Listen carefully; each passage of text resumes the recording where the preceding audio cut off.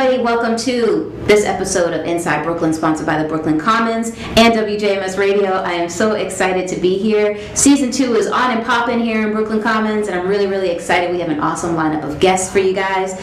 Shout out to the folks behind the scenes that make this podcast possible, that have provided us with this beautiful location to broadcast in, and have connected us with the wonderful people that we're talking to over the next couple of weeks for the show. I also want to thank the folks at WJMS that help make this possible as well, and I want to thank the folks that are sponsoring this eventually. Because there should be a few, according to Madam Extraordinaire over here, Joanne.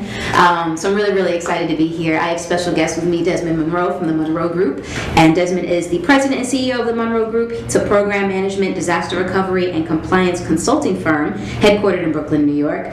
He's a valued partner and sought-after consultant to small and mid-sized nonprofits and large organizations seeking subject matter expertise in portfolio and program management, operational excellence, disaster recovery, and strategic planning.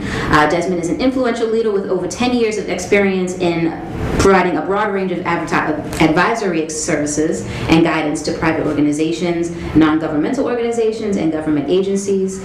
He's a proponent of continuous process improvement through a robust project management methodology, and in his spare time, he's active in the community with a focus on organizations involved in urban development and community growth. He's a trusted and valued United Nations non-governmental liaison, and he serves on the Brooklyn Community Board as a Land Use and Economic Development Committee member for North Brooklyn. So I'm really, really excited to welcome you to the show today. That's a lot. I'm not sure at all. You need to make it one sentence or something.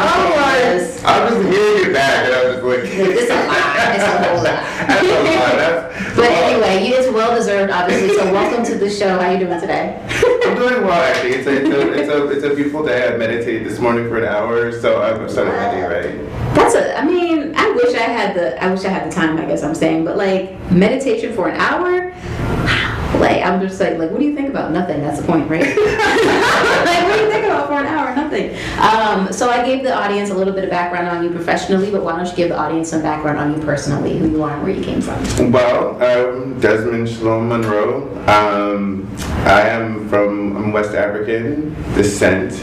My family, is born in Philadelphia, raised in New York.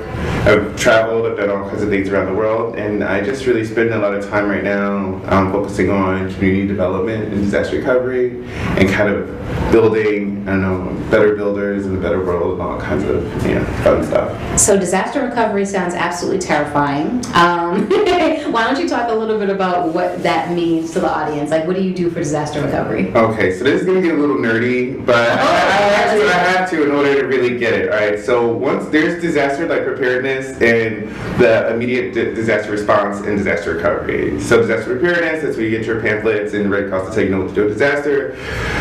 Usually disaster relief happens after it happens, you get your Red Cross and things like that. And then disaster recovery is more when these funds are funneled from the United States government, Congress. It's called Community Development Block Grant Disaster Recovery Funds. Once those billions of dollars are released for the recovery effort, then usually that administration or that government official, governor, whatever, will put together a team of people to look at everything and say, how the hell are we going to put this back together? And I'm usually part of that team. Okay. So you must have liked doing puzzles and things like that and putting stuff back together. It's very interesting, right? Because when you try to do on the community development side, you have to work within existing infrastructures of things. But disaster recovery, you come in when it's all gone anyway, so you can start from scratch. So you're just like, we need better transportation, better housing, but you're starting from the ground up. It may take longer, but you have less roadblocks when everything's already, for lack of a better word, destroyed. So you know what I mean? Yikes. So and then working with the city of New York, which is also somebody you work with, sounds equally daunting. So what are some of the crazy things you've gone through and experienced, or any interesting stories that you can actually share with us from working with the state of New York? Yes. And I'll try to, now this is where the political capital hat comes on. Yes. So I've had very lively discussions with the the residents and the constituents of New York are very, very vocal when they're not getting the services that they want. And being on the other side, supplying the services as a consultant for the government, people are very vocal. And I think that we weren't ready for that, because when people want to get into their house, they want to get into their house, and they'll show up at your house and tell you that they want to get into their house. So I think the challenge was, that political landmine in that field, because, you represented the people, but you also were a private contractor, so it was very interesting. Yeah, I can imagine. And it's like, I don't know, something about just New York has so many things going on all the time, so many different programs, so many different departments. When someone says they work for the city of New York, it's like, oh, like, you're one of those city worker folks, like, what do you do?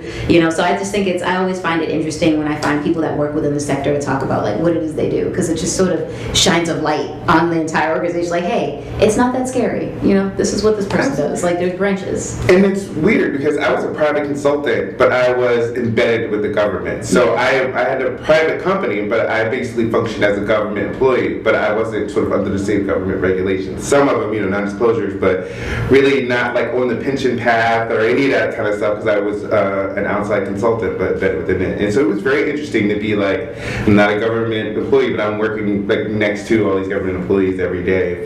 They have a different life. So you're like the Olivia Pope, modern day Olivia Pope, working alongside the government on the sneak tip, like you're with that team. Yeah. That's kind of funny.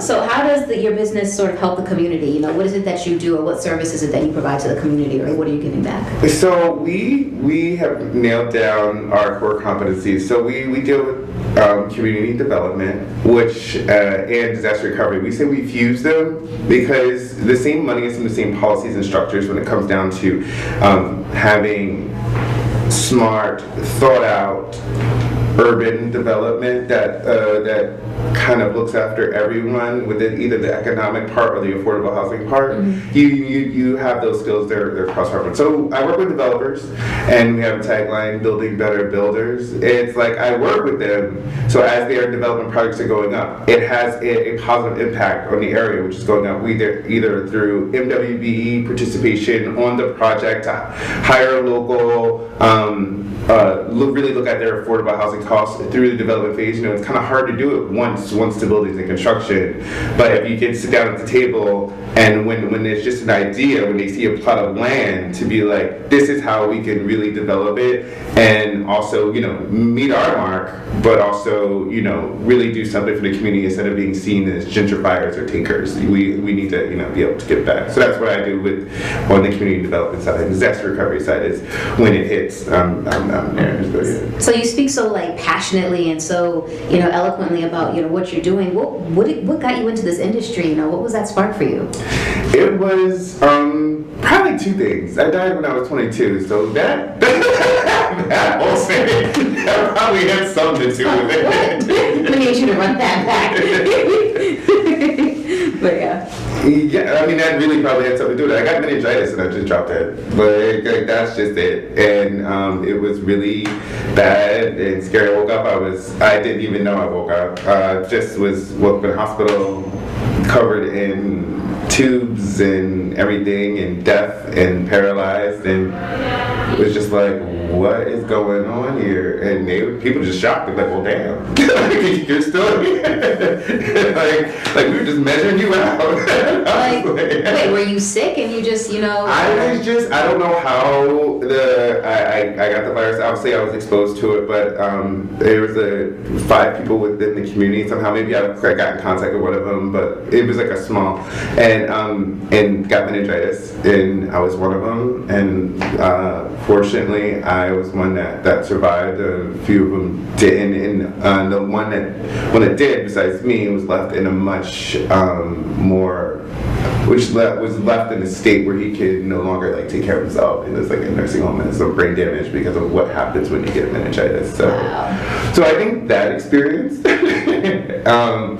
shifted something, and I just started to see I started to understand, maybe not even see quite yet, the bigger picture in human development and understanding that I have to be a productive member of that and have to help in any way I can. But I hate saying help because it's not really helping. I'm not helping defenseless people. I'm helping people who can help themselves and do all kinds of great things. You're facilitating. Yeah, facilitating. I just hate saying help. It's not really help. Yeah, we gotta find the source. So, yeah, I mean, wow. Like, my mom has had meningitis. She's had meningitis a few times, actually, believe it or not. It's not something you're supposed to bounce back from, but it ended up being she had MS. Mm-hmm. And if anybody's familiar with MS, it mimics other diseases, and then it, manifests itself as MS. So it was, MS manifesting itself as meningitis. So we're trying to figure out, because she would, every year in the hospital, she'd be in the hospital for meningitis, and the doctors are like, you're not supposed to live from this. Like, you're not supposed to get meningitis multiple times. This is not something that you're supposed to have regularly. Like, something's going on. And they finally diagnosed her with the MS. She's totally fine now. She's like in remission, running around, running crazy, got her degrees, like she's good. But there was a while where this was regular for her. So to hear you tell your story, and you're like, I woke up and you were like, the other person's passed away and the other person's in a nursing home, I'm just in awe, because of just the caliber of disease that meningitis is and what it does to your body. Like, you're a strong person. It's strange, but I'm really thankful that it happened.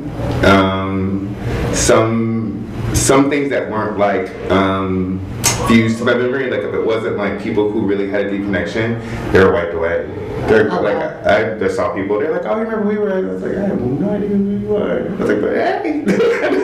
I was like, so a lot of things just done, and it was actually a really, really spiritual moment. I remember before I went to the hospital, I was like at home in my apartment by myself. Completely sick. I was in the hospital before, they didn't touch for that, they just gave me some pills and was just like, go home and be fine. And I remember laying in the bed, like as clear as day. Couldn't breathe, took all the medicine they told me, and as clear as I can hear you right now. I heard a voice say, if you don't get out this bed, like right now, you were going to die right here in this bed. And I just said it again, and by the third time I had rolled up, called 911, and was crawled to the door, was waiting for them. So whatever voice that is, it was very, very, very clear. And I think going through that process was what catalyst that changed a little bit. But was it a voice you recognized, or was it a inner voice for you? No, it was a voice saying, if you don't get out this bed right now, I didn't need to know what the voice was. You will die here. I'm very, very, I do, I believe in the higher self and a very spiritual person. So I do believe at that time there was something else being like, this is just this is not a cold. Like, you need to go. Yeah, just your wake up call. Yeah. Wow. So, all right, switching back. All right, sorry. Reeling us back. So it says you're a non-governmental liaison, and you're also on the Brooklyn Community Board. What do those two positions do for you? Why join those organizations in addition to everything that you're already doing with the Monroe Group? Well, I think with the community board is that I live in Bushwick, and I would see a lot of development. I come from a development background, so I know what's happening, and so I'm just seeing how the community is responding to it, and I needed to find that central point to see if they had the education and resources needed to be able to respond to the influx of development and the changing economic land structure. So I just want to be a part of it. So I went and thankfully Councilman Espinal, I met him at an event upstate, Black and Latino caucus, and he was like, hey, that's my district, guys. I'd really like to have you in the community board and give her ideas. And one thing led to another. I was there, and we were able to do some really good things, but there is an actual, there is a taking of land and a stripping of economic opportunities for people. And the thing is, there are resources out there, but those resources aren't marketed. So if somebody doesn't find the resources and then bring them and market them, then people don't know. Then you have to push them through that process as well. So it's a whole thing. Yeah, I hate to put you on the spot, but do you have an opinion of what's going on with some of the gentrification that's happening in Brooklyn and everything? Yeah, I do. I wrote a spot in BuzzFeed about it because I just don't care if you yell at me. But I think it's racial and systematic and economic oppression, but it just makes it look really nice with Starbucks. I'm not calling out them, but I'm just saying it just makes it look really nice. But then when you really look at the back end and people who are developing with these tax subsidies like ICAP, or they're getting 421A tax subsidies for their properties, but then they're still charging like market rate when they're supposed to be doing subsidized stuff. You just went down a whole financial rabbit hole that I don't know what you're talking about. Oh, okay. you're gonna have to dumb that down a little bit. All Regular folk. right. It's like a 420 what now? So developers and landlords get real big tax subsidies for developing if they say, I'm going to offer some affordable housing, or I'm going to, do something for this ICAP. And oftentimes they just don't do it. They get the tax subsidies, and some have been found with messing with rent rolls, basically submitting rent rolls, saying, yeah, this apartment is, it's a low income or moderate income, but yet, they charge the person living there is paying market rate, and no one even knows. And so it's kind of putting compliance and bringing that to fruition. I think that will just help, just so people just know the laws, what people are getting. They know they're able to ask more informed questions when they see buildings come up in their community, and then they can realize they do have a voice to actually stop it, because as soon as you know the lingo, then you approach somebody and they're just like, wait, they know. Or mission, they know. So in terms of everything that you have going on, are there any other ventures that you are involved in, like anything else besides the community board, besides the liaison and the work with the Monroe Group? We're getting into software development, so that's been interesting. We've been taking basically what's in my brain and making applications, and I've been working with IBM. They've been really nice, and so when it comes down to compliance software, instead of having me there, they're taking it out of here and putting it in a platform with and working with another company, and just designing software for people to be able to use on the market when it comes to disaster recovery, business development. So we're just trying to slowly get my hands into diversifying the portfolio. But it's all the same. The thing is, it's all the same knowledge, right? So it's not like I'm learning something new. I'm just like, hey, just whatever I can, I'm just going to use it in as many mediums as possible, which most business people should try to do. That makes sense. So what is your 5-year plan for the Monroe Group then? Like, what is your plan moving forward? Even a 5-year, 10-year, whichever one you have mapped out. What is the plan? I want to definitely continue to grow my relationship with the United Nations and take some projects overseas. I see us at least, being 20 employees, like strong, full-time, working on multiple projects, and coming to the point where we're actually developing affordable housing. There will be a branch of the company that will be strictly on building and developing actual affordable housing, so that people can, really afford and have a street for families. And I think with the right help and the right partners, that's very doable. Yeah, 100%. The right partners can do anything. So what other plans do you have on the horizon? Are there any events coming up? Anything that you want to share with the audience in terms of events or meet and greets, anything like that? There's a few things we're doing at Brooklyn Commons. May 23rd from 6 to 9, we're doing the MWBE Resource and Procurement Fair, and that's just the one of many series that's going to happen here throughout the year, and it's going to tackle different markets, such as tech, construction, healthcare, legal, and also just from my company, we're going to be launching kind of like a platform where people can come and basically they can get business advice, and they can talk to other mentors, and they can do kind of things. And because I know just some really smart people, and sometimes they're in different parts of the world, but if they can get online and give a daily dose of wisdom or something like that, motivation, I'm sure it'll definitely help people get through this entrepreneurial thing, because it's crazy. So let's talk about this MWBE thing, because as a black-owned radio station, I'm interested. So would you like to know? Yes. You said May 23rd, right? From 6 p.m. to 9. What day is that? That's a Thursday, right? That's a Thursday. Okay. Yeah, and so are you looking for vendors or like? We have some city vendors that we're looking for right now. We're encouraging MWBE firms or people who want to become certified to come in. But this is going to be the first one, and we're coming and get all the information you need. There'll be people that can help you through the sign up process on site. Okay. But also for people who already have existing MWBE businesses, it needs some coaching. There's going to be a panel. I'm going to be on a panel along with some other great speakers. Then we will have the actual vendors where you can look and you can see if there's contracts that suit your capabilities. But I encourage a lot of people to get their MWBE, because most people, and if people don't know, it's Minority Women Business Enterprise. You can get the certification through the city or through the state, and MTA and Port Authority have their own certifications. Now the city has, it's called One NYC. They have it on all city contracts, the 30 to 33% spend on all NWBEs. So that's all city and state contracts. Then you have the $20 billion set aside. So you have the contract values and you have $20 billion set asides.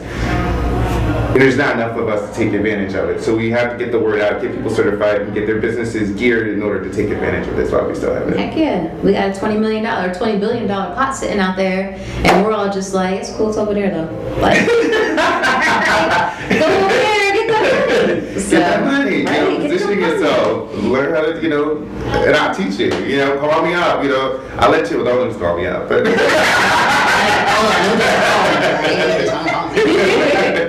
So,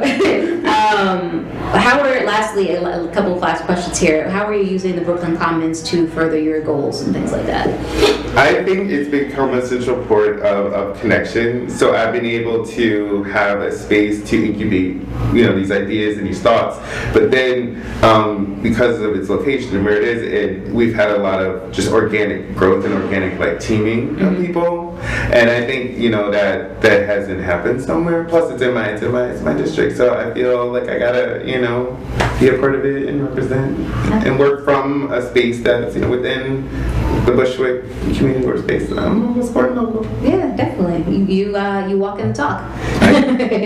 So if somebody was looking up to and you had to give them a piece of advice if they're trying to get involved in community development or trying to get involved in maybe even disaster recovery or strategic planning, whatever, what kind of advice would you give that person who's looking to just start in the industry? Find a really good mentor, because it's a high dollar industry. Disaster recovery and other stuff there's $300 some billion a year, so there's a lot of very smart people into it. But find yourself a good mentor and realize why you want to do it. You know what I mean? Is where you're building communities, you're really it's where you can actually connect your vocation or your skills with your spirit, with your higher self. Because you can definitely see the physical changes and the things that can happen. So you just have to really want to do it, and it takes a minute. And learn everything you can. Pick it up, read it, take a class, just keep doing it. Be smarter, faster, and stronger than everybody else. You'll get there. All right. Well, Desmond, thank you so much for being with us today. Where can people find you and follow you and get in touch with you if they're interested? We're on Facebook, the Monroe Group LLC, and then at the MonroeGroupLLC.com, and that's where you can find me. And if you're interested in looking for me, it's Desmond Monroe at Facebook. You can come and maybe send me a like and we'll talk and maybe I can give you some advice. Excellent. Thank you so much for being on the show today. I appreciate it. Good luck with everything that you're doing, and I hope to see you around the building sometimes. Definitely. We'll be here.